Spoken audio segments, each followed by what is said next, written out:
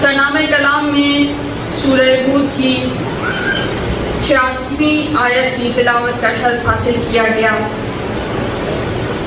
اس آیت کو سرنامہ کلام قرار دیا گیا اس لیے کہ پروردگار عالم اس آیت میں اعلان کر رہا ہے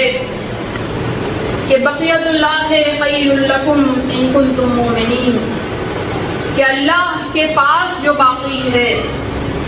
اللہ کے پاس جو محفوظ ہے، اللہ کے پاس جو قائم ہے، وہ تمہارے لیے بہتر ہے، تمہارے لیے بہترین ہے، ان کنتم مومنین، اگر تم مومنین میں سے ہو۔ تو پروردگار عالم اعلان کر رہا ہے کہ کچھ ایسا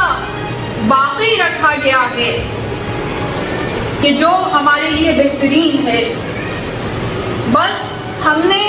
خود کو مومن ہونا ثابت کرنا ہے۔ تو دیکھیے وہی فلسفہ غیبت جو میں نے آپ کے سامنے بیان کیا کہ دراصل یہ تیاری کا وقت ہے، ہمیں موقع دیا جا رہا ہے کہ ہم اپنے ایمان و عمل کو درست کر لیں،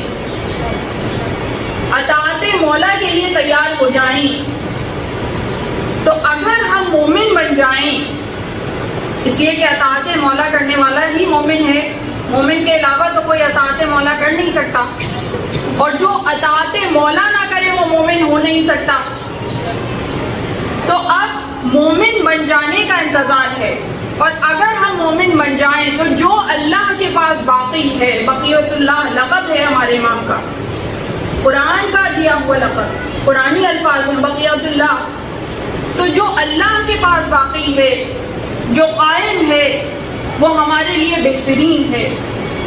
وہ ہمارے لیے بہترین ہے۔ تو اب انتظار کرتے رہنا ہے، مگر انتظار کے معنی یہ نہیں ہے کہ ہاتھ پہ ہاتھ دھرے بیٹھے رہیں،